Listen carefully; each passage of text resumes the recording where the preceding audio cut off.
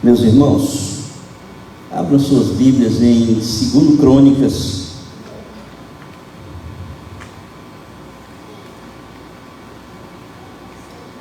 Nós vamos ler o capítulo de número 33. Nós vamos ler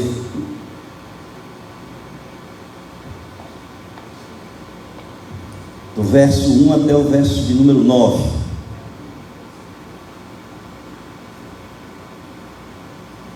Diz assim: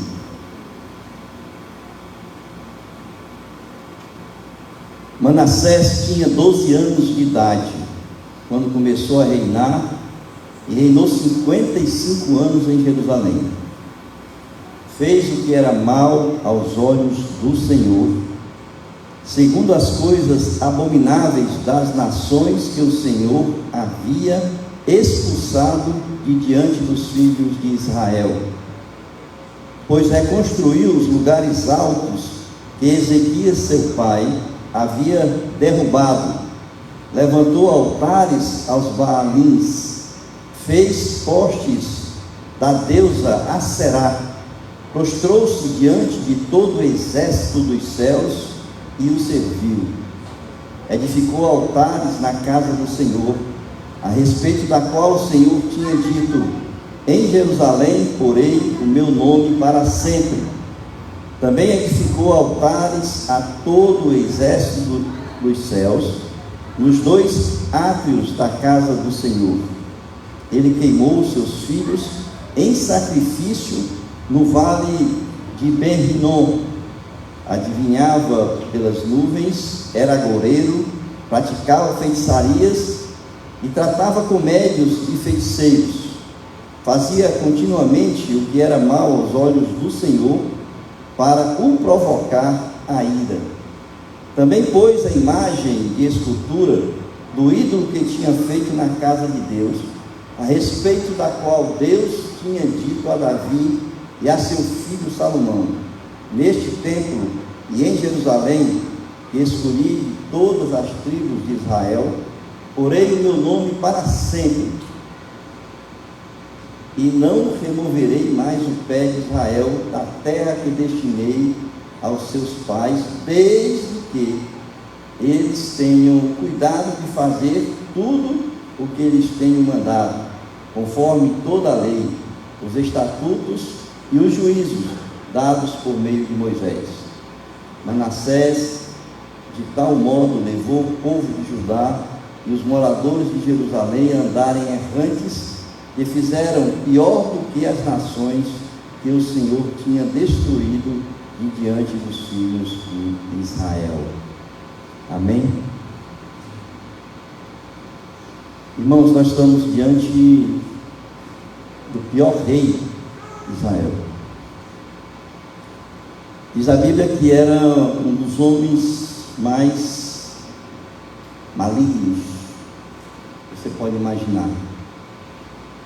Às vezes a gente olha para homens dessa natureza, como Manassés, e aí a gente faz logo um preconceito com relação a pessoas dessa natureza.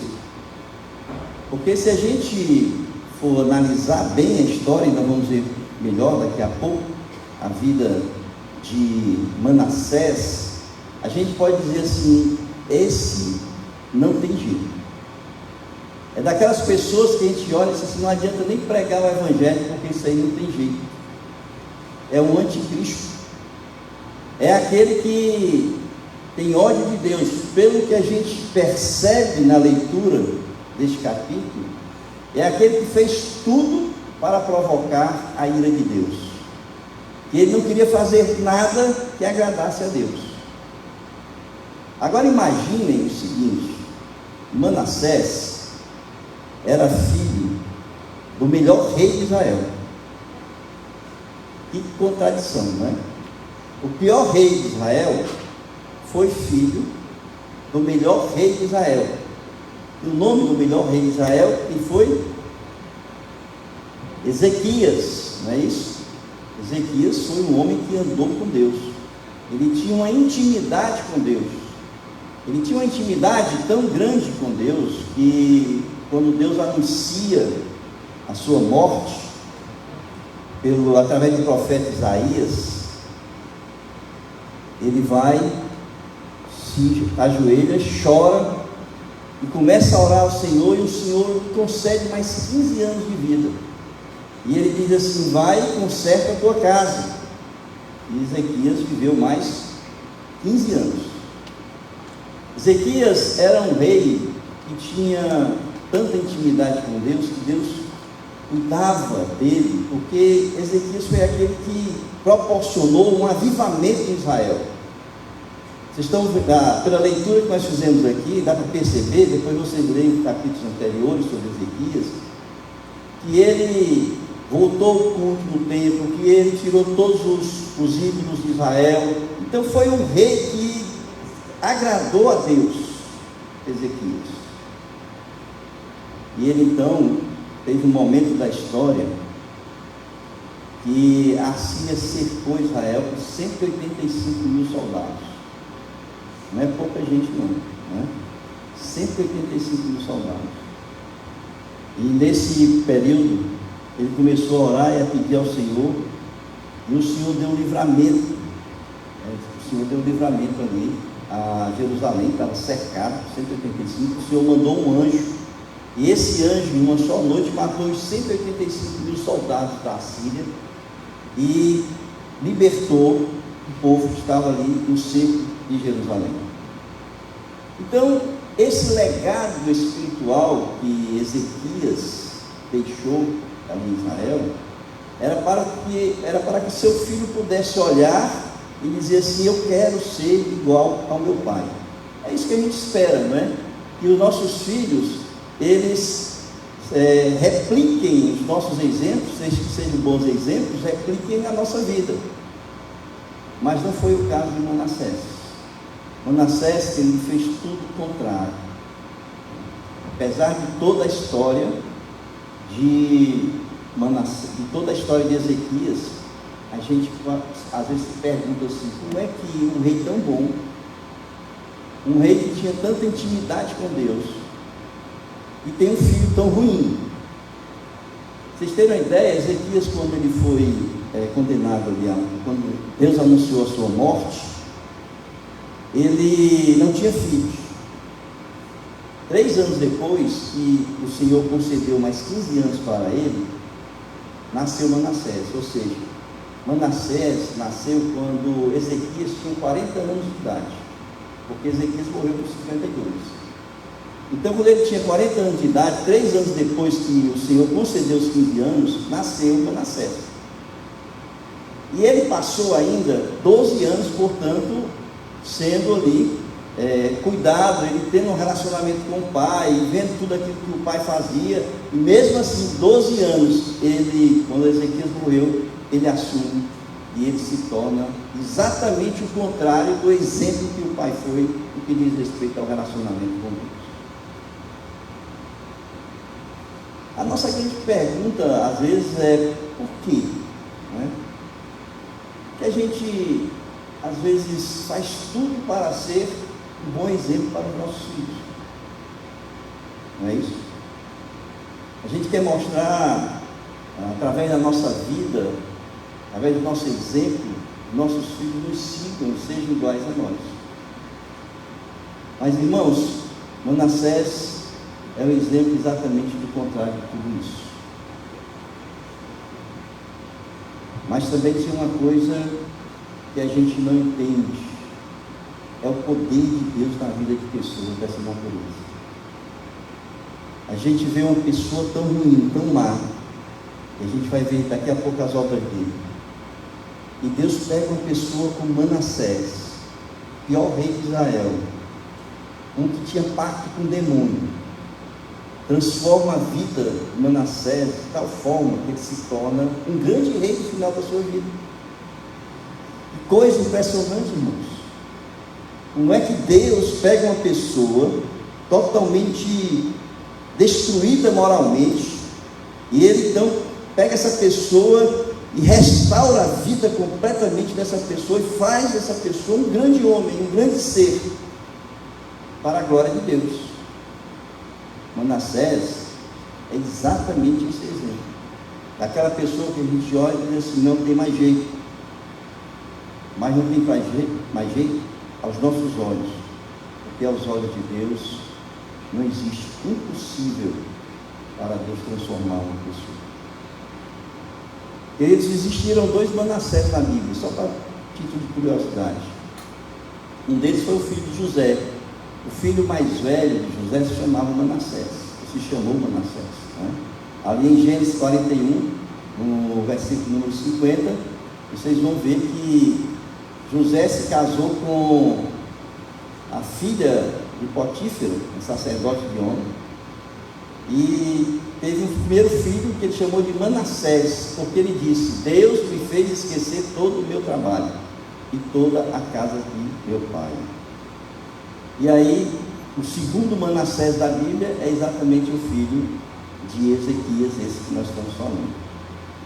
E eu quero tirar algumas lições. É claro que a gente vai explorar um pouco mais esse capítulo de número 33, né, porque ele vai até o versículo número 25, porque aqui ainda tem o cativeiro de Manassés, a conversão de Manassés e a morte de Manassés, tá? Eu não li o capítulo todo, mas nós vamos pensar um pouco em todo esse capítulo, para que a gente possa aprender um pouco com a história desse grande homem. A primeira coisa que a gente tem que entender é que a maldade de Manassés era tão grande que Deus se aborreceu tanto dele, que ele castigou o próprio povo de Israel por causa da maldade de Manassés. Vocês terem uma ideia, o exílio do povo de Israel na Babilônia foi consequência dos pecados de Manassés. Abra aí em Jeremias capítulo 15.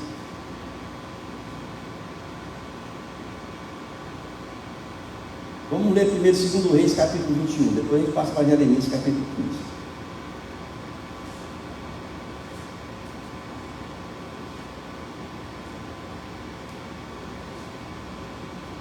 2 Reis capítulo 21, versículos 13 a 15, diz assim: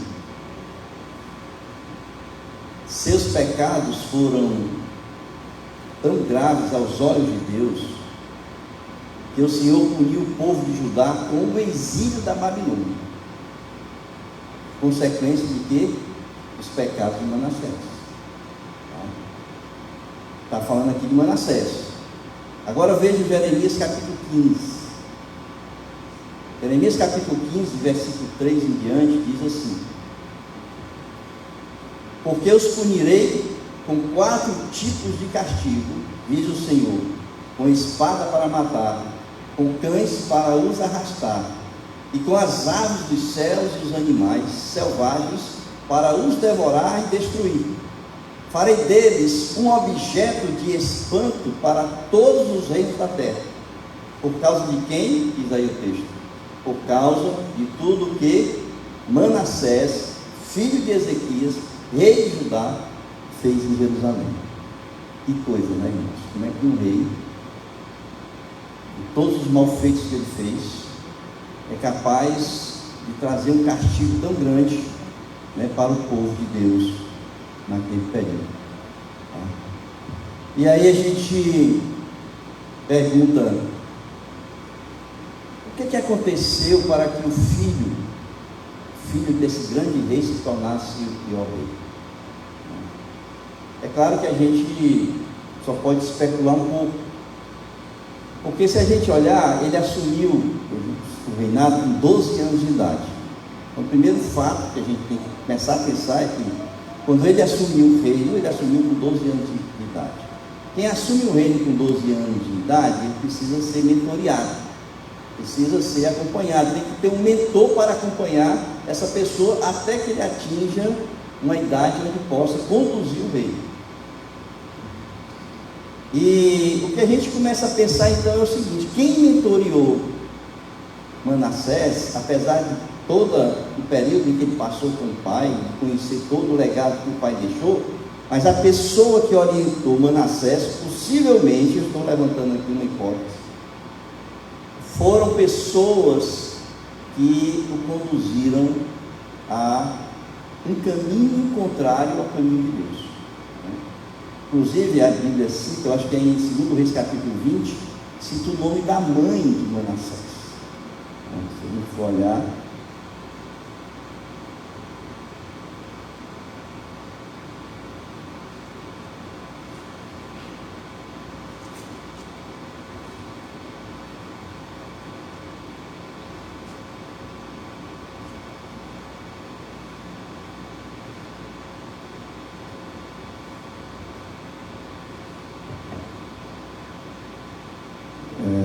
e 21, está aqui, capítulo 21, 2 Reis capítulo 21. Manassés tinha 12 anos de idade quando começou a reinar, e reinou 55 anos em Jerusalém. A mãe dele se chamava Hefzibá. Significa dizer, a Bíblia está dando a importância aqui, a importância ou a influência que a mãe de Manassés teve na vida de Manassés. Então nós não sabemos qual é a origem da mãe dele, nós não sabemos qual era o pensamento dela no que diz respeito à sua relação com Deus, mas nós sabemos que a Bíblia cita a mãe como uma, a rainha mãe, como uma daquelas pessoas que mentoreou Manassés durante esse começo do reinado de Manassés, quando ele tinha 12 anos. Então ele foi uma das coisas que a gente pode pensar é quem mentoreou Manassés. A segunda coisa que a gente pode pensar também é que naquela época as nações fronteiriças eram muito desenvolvidas. Se você ter uma ideia, a Síria, esse grande reinado que tinha a Síria, e sempre por Jerusalém, era uma nação bem desenvolvida. E as pessoas olhavam muito para nações desenvolvidas, e essas nações desenvolvidas, elas eram idólatras, elas cultuavam outros deuses, e isso pode ter tido uma influência muito grande nessa questão do reinado de Manassés, querendo, talvez ele olhando para lá e querendo que, seguindo o exemplo da Síria, pudesse fazer com que o rei Israel, ou Jerusalém ali, pudesse crescer um pouco mais. A gente sabe que quando o povo de Deus entrou na terra prometida, eles olharam para os povos ali daquela região e pediram ao Senhor um rei. Então existe uma influência, ou existia uma influência, e ainda existe hoje, é muito grande quando a gente olha para outras nações desenvolvidas e queremos copiar essas nações. Então, o fato é o seguinte, são especulações, mas o fato é que ele cometeu várias abominações. Quer ver vocês? Se a gente for seguir aqui, na leitura que nós fizemos, a gente vai ver que ele voltou a edificar os altos que Ezequias havia derrubado. Quer dizer, as pessoas cultuavam Deus nos altos, e Ezequias derrubou tudo isso para que não houvesse mais idolatria dentro ali de Jerusalém. Tá? Ele também levantou altares a outros deuses, Baalins.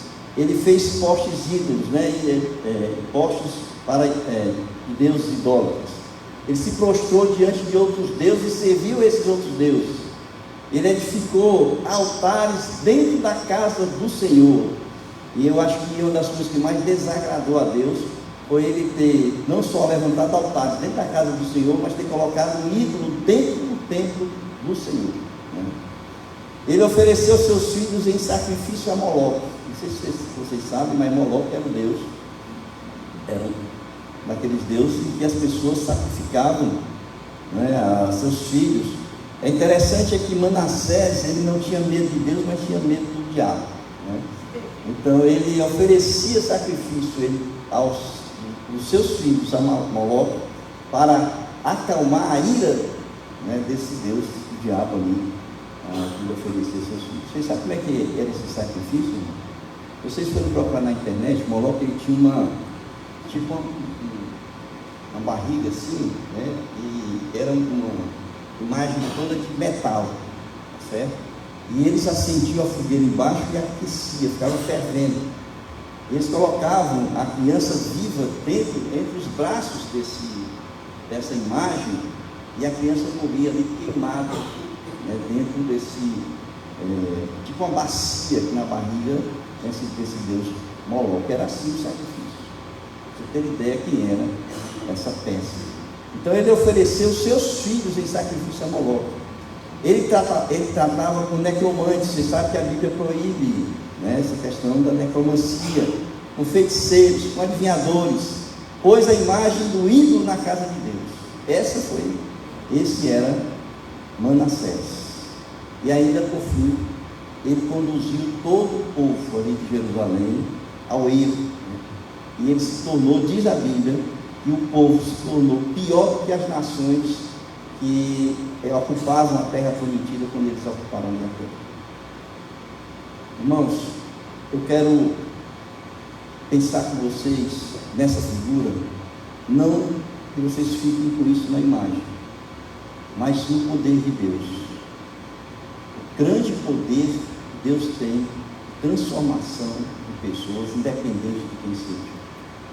Nós somos pessoas que discriminamos outras pessoas, e muitas vezes nós olhamos para elas e não queremos lidar com essas pessoas porque achamos que não tem mais jeito.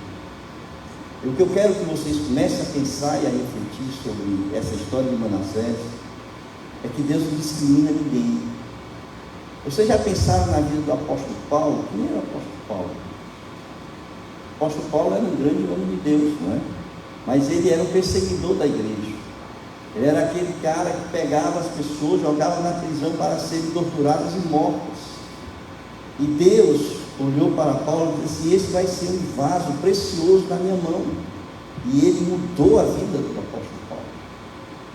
Manassés, essa figura, nos faz a olhar para pessoas que estão nas cadeias, nas prisões, que estão se prostituindo, né, que estão nos vícios, certo? Essas facções por aí. Nós precisamos olhar, irmãos, para essas pessoas, não com o olhar do ser humano, do homem, mas com o olhar de Deus, porque todas as pessoas, elas merecem conhecer o grandioso amor de Deus e a misericórdia de Deus.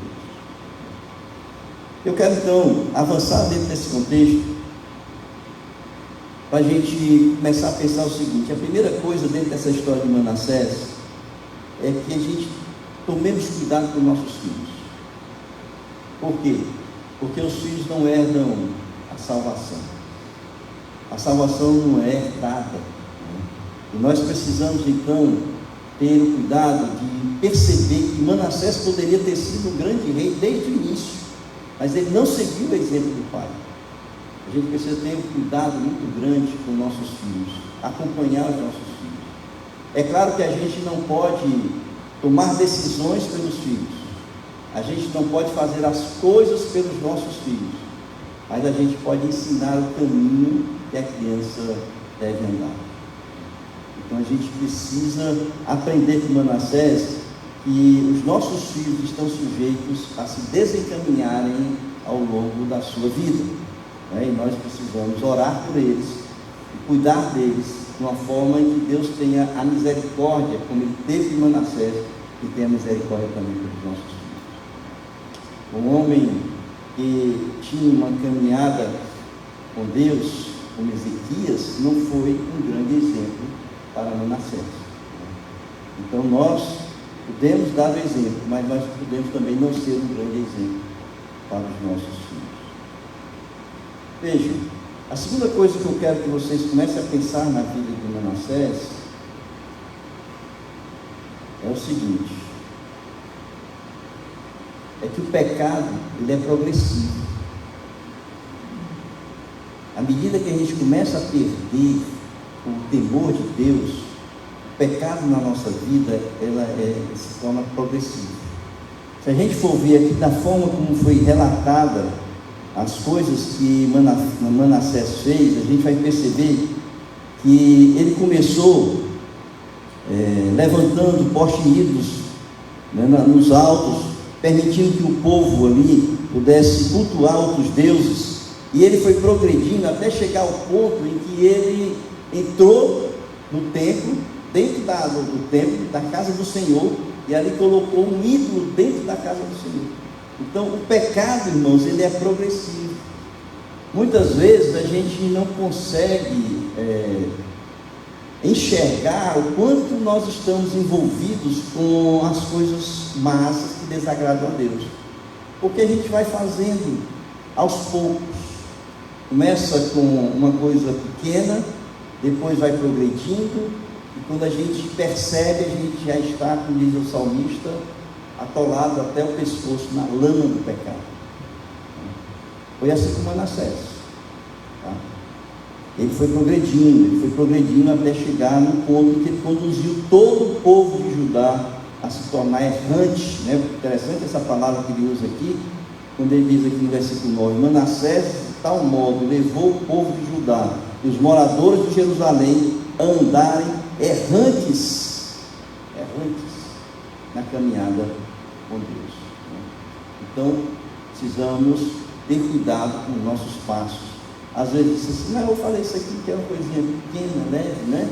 E a gente faz a primeira vez, depois faz a segunda, depois já não faz mais só uma ou duas vezes, já se torna uma prática na vida da gente, e quando a gente percebe, né, já está totalmente no caminho do erro. Então nós precisamos aprender com ele, né, com Manassés, que esse caminho é o caminho da perdição, né, e é progressivo, não tem como muitas vezes, quando a gente desperta, às vezes não dá mais para voltar. Uma outra coisa que eu quero pensar com os irmãos na história de Manassés, é que ele deixou de ouvir a Deus. Ele começou a perder o temor a Deus, e ele deixou de ouvir a Deus. O Senhor mandava os profetas ir lá e dizer assim: olha, o que você está fazendo errado, o que você está fazendo desagrada a Deus, né? E ele começou então a simplesmente mandar matar os profetas que estavam lá denunciando o pecado dele. A gente vai ver, por exemplo, em alguns textos, irmãos, que são impressionantes. Por exemplo, 2 Crônicas, capítulo 33, versículo 10. Versículo 10 diz assim: o Senhor falou a Manassés, ao seu povo, porém não lhe deram ouvidos. Tá? Não lhe deram ouvidos. Quer ver outro texto?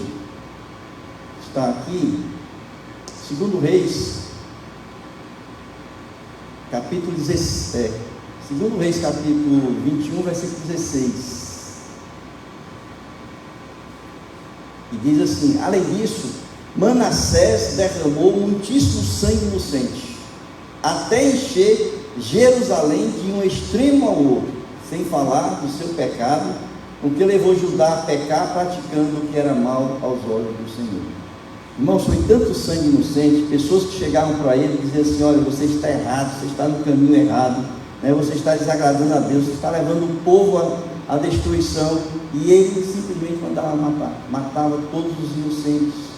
E ele então não deu mais ouvidos, né, à voz do Senhor através dos profetas que Deus mandava lá para falar com Manassés. O pior deles, sabe quem foi? Isaías. Você sabe quem cerrou Isaías no meio, ou quem mandou cerrar Isaías no meio? Foi Manassés, né? Isaías foi cerrado ao meio por esse rei chamado Manassés. Foi uma das vítimas da mão desse rei, né, tão mal existiu ali em Jerusalém.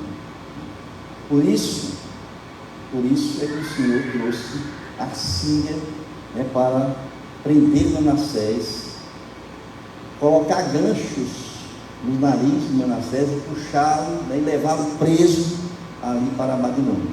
Veja aí, 2 Crônicas, capítulo 33, versículo de número 11.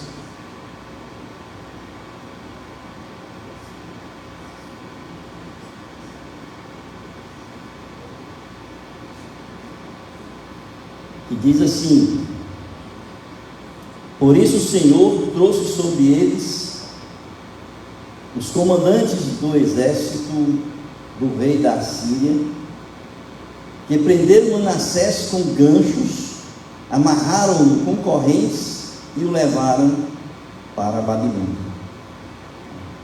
Então o Senhor permitiu, a Síria invadiu, prendeu Manassés e levou ele com gancho no nariz, puxado pelo nariz com ganchos. E aí é que acontece o grande momento, tá certo, da conversão de Manassés. O que aconteceu com ele? Manassés perdeu o seu poder político e o poder financeiro, econômico, não é isso? Ele perdeu os seus bens, ele perdeu o respeito do seu povo, ele perdeu a família que ele tinha, e ele então foi quebrado, ele foi humilhado por Deus. E sabe por que isso aconteceu? Porque Manassés fez tudo isso, diz aqui o texto, para provocar a ira de Deus. Veja aí no versículo 6 do capítulo 33, do segundo ponto.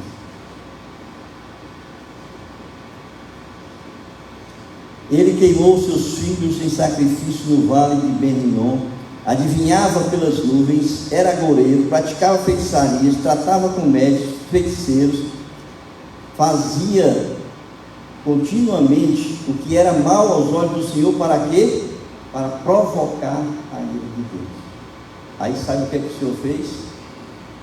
Humilhou Manassés, quebrou Manassés, tirou tudo que ele tinha, todo o seu poder.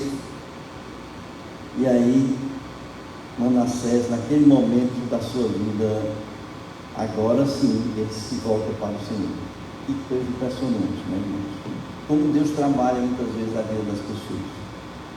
Deus mandou vários profetas para falar com Manassés, e ele rejeitou ouvir a voz de Deus. E Deus fez o quê? Com que ele fosse conduzido até a presença do Senhor pelo castigo, né? Muitas vezes diz as pessoas que quando você não vem pelo bem, você vai pelo mal, né? Deus então pegou Manassés, quebrou ele, humilhou, e aí ele então, ali naquele momento da sua vida, ele passa a olhar para Deus. E veja o que é que o texto diz aqui, irmãos. Versículo 12, do capítulo 33, segundo Crônicas. Ele, angustiado, suplicou ao Senhor, seu Deus.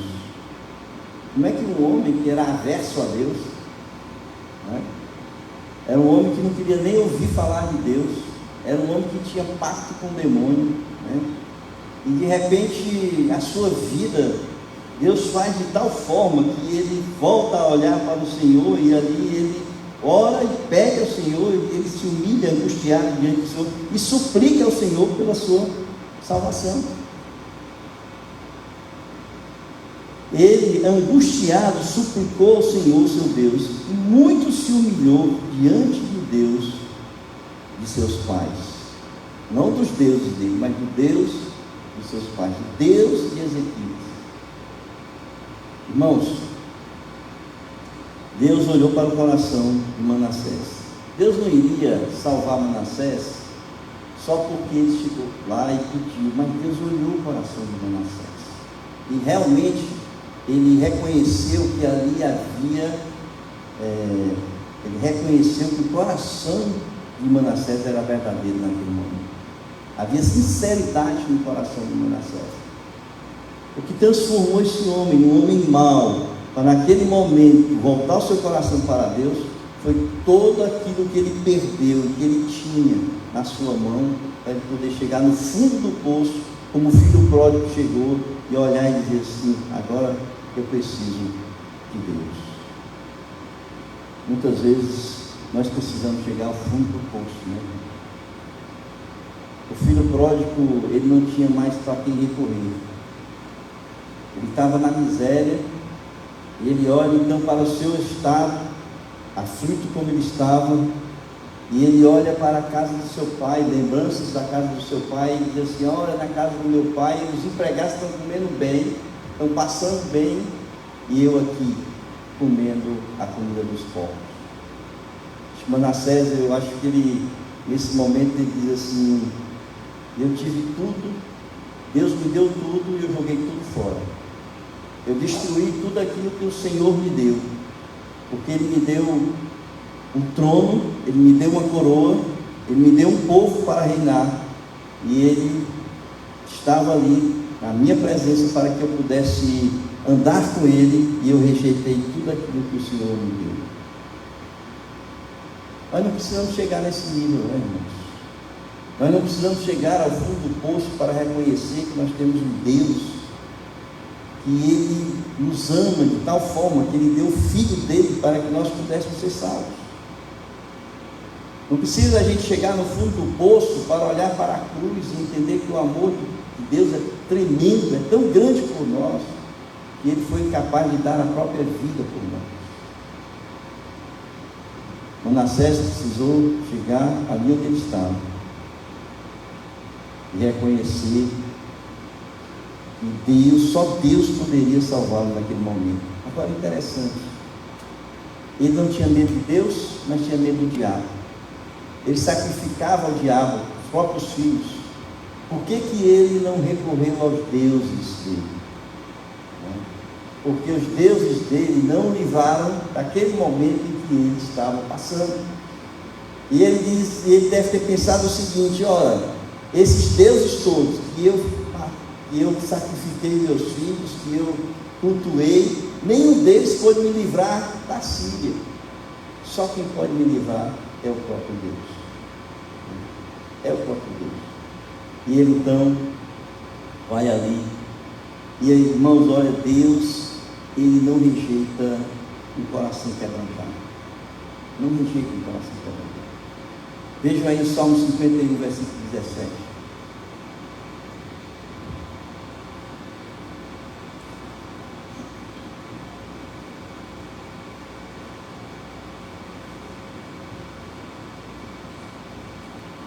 Salmo 51, versículo 17 diz assim: sacrifício agradável a Deus é o espírito, o quê?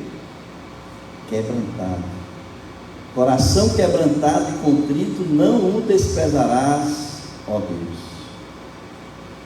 Coração quebrantado e contrito.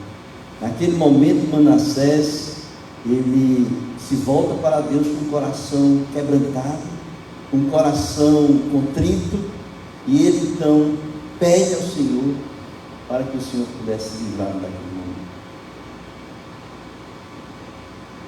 Isaías, ele diz que o Senhor mora no alto e sublime do trono, mas mora também no coração daqueles que têm um coração contrito e humilde. E naquele momento ali, ele olha para o coração de Manassés, e ele então liberta Manassés. Vejam aí, no capítulo 33, continuando aqui, diz que Manassés orou ao Senhor, e o Senhor se tornou favorável para com ele, atendeu-lhe a súplica e o fez voltar para Jerusalém, ao seu reino. Então Manassés reconheceu que o Senhor é Deus. Oh, glória, né, irmãos? Como é que um homem como Manassés, ele recebe o favor de Deus, e ele agora diz assim: só existe um Deus, que é o Deus de Israel. Eu quero dizer para vocês que muitas pessoas hoje que vivem no ministério, que são nossos irmãos em Cristo, viveram momentos que Manassés viveu. A gente chama essas pessoas de improváveis. São aquelas pessoas que a gente olha e acha que nunca, jamais essas pessoas poderão um dia serem ministros do Senhor. Existem muitos pastores que passaram por situações como Manassés. Existem muitos evangelistas que passaram por situações como Manassés. Muitas pessoas que vieram do fundo do poço, drogados, viciados, assassinos, traficantes, que conheceram Jesus, mudaram a sua vida, transformaram, foram restaurados pelo Senhor, e hoje dão grandes testemunhos da ação de Deus na vida deles.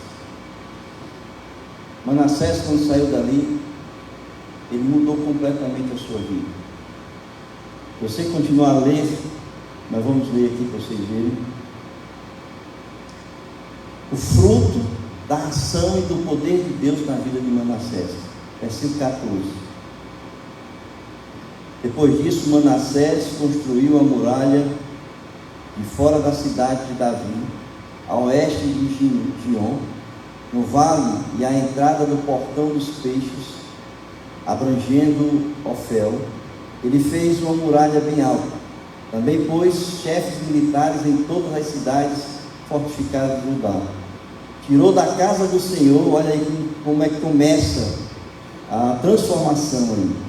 Tirou da casa do Senhor os deuses estranhos e o ídolo, bem como todos os altares que havia construído no monte da casa do Senhor e em Jerusalém, e os lançou fora da cidade.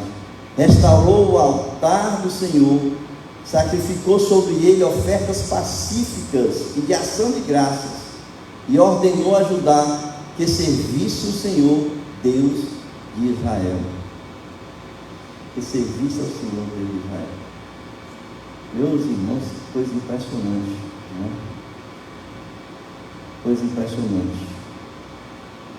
Manassés, ele morreu, foi enterrado. Hoje a gente só lembra de Manassés no pior homem, o pior rei de Israel, mas a gente nunca lembra que Manassés, no final da vida dele, ele foi alcançado pelo Senhor, ele foi transformado, mudado, e ele deu grande testemunho em Israel, dizendo para que todo o povo, aquele que conduziu todo o povo a se desviar do Senhor, agora estava conduzindo todo o povo de volta a cultuar o Senhor nosso Deus.